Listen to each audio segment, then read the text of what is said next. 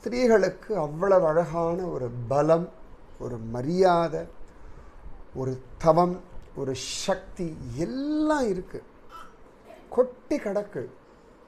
ஒரு குடும்பத்தினுடைய அஸ்திவாரம் அப்படின்னா ஸ்திரீ தான். நிஜமாவே ஸ்திரீயை பேஸாக வச்சுட்டு தான் ஒரு கணவனுடைய பலம், குழந்தைகளுடைய வளர்ச்சி எல்லாமே அதை கொண்டு தான் இருக்கு.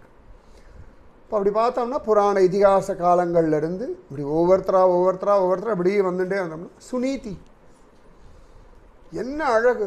ஒருத்தரை பாசிட்டிவாக மாற்றக்கூடிய ஈஸியான டெக்னிக் ஸ்திரீக்கு சுபாவமாக வந்துடுறது.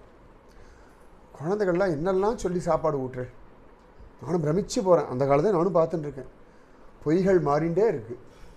குழந்தைய சாப்பிட வைக்கிறதுக்கான டெக்னிக்ஸ் மாறிண்டே இருக்குது. ஆனால் குழந்தைய சாப்பிட வைக்கிறத மட்டும் கரெக்டாக பண்ணிடுறோம். அந்த காலத்தை நீங்கள் அம்புலியை காட்டில் இந்த காலத்தை குழந்தைய மொபைலை காட்டுறோம். அவ்வளோதான் வித்தியாசம்.